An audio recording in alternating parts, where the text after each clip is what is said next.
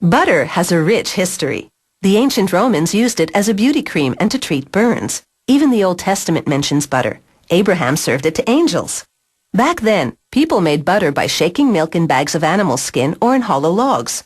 Today, its glorious taste is a product of modern technology. Butter making begins with a tanker truck delivery to the dairy, 30,000 liters of raw cow's milk. Workers test it for consistent color and odor before unloading it through vacuum-pumped hoses. They pump the raw milk into a machine called a separator. The separator spins, dividing the raw milk's fat from the rest of the liquid. The fat is called buttercream, and the rest is skim milk. The essential ingredient in butter is the buttercream. It's thick, off-white, and approximately 38% fat. Some of it goes to make 2% milk. A worker adjusts a valve to reinsert some into the skim milk. The resulting 2% milk is more watery than buttercream and is white. The less the fat content, the thinner and runnier the milk is.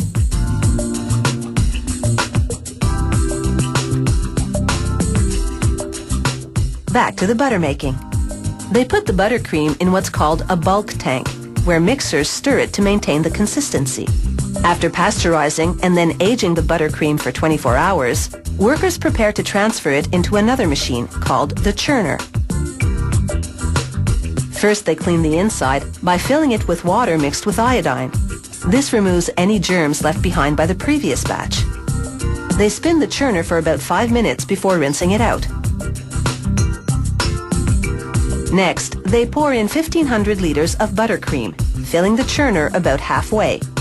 It's important to leave some room so that the air released in the churning process can escape through 2 vents in the churner.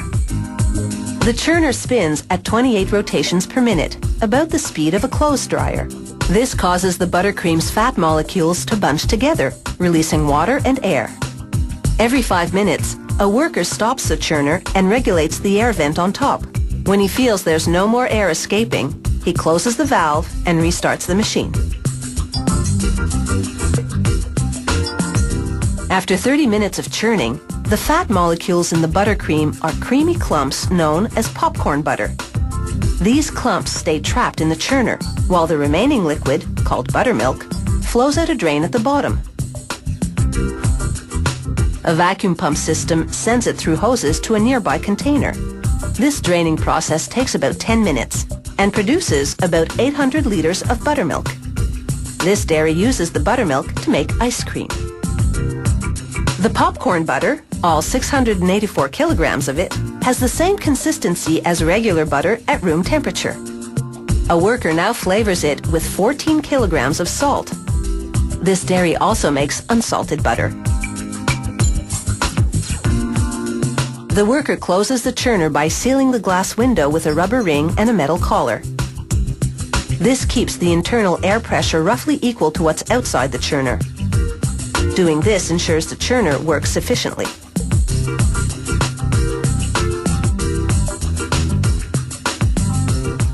Another 30 minutes of churning and the fat molecules thicken even more and blend with the salt. What results is butter, which is yellow because of its natural vitamin A.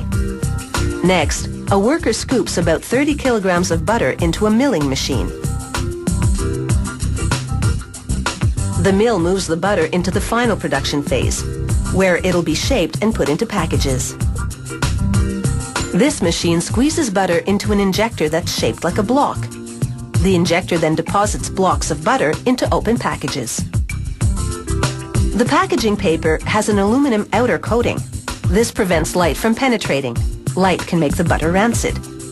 Each sheet is 26.5 centimeters long and 19 centimeters wide. Before the butter is inserted, a plastic former bends the paper into shape. This mill operates 4 days a week, churning out up to 33 blocks per minute. That's a fairly small quantity compared to some dairies. But this relatively slow pace allows greater quality control. To monitor the mill's precision, workers check every 15th block to ensure it weighs exactly 455 grams. The dairy then ships the butter to stores in refrigerated trucks.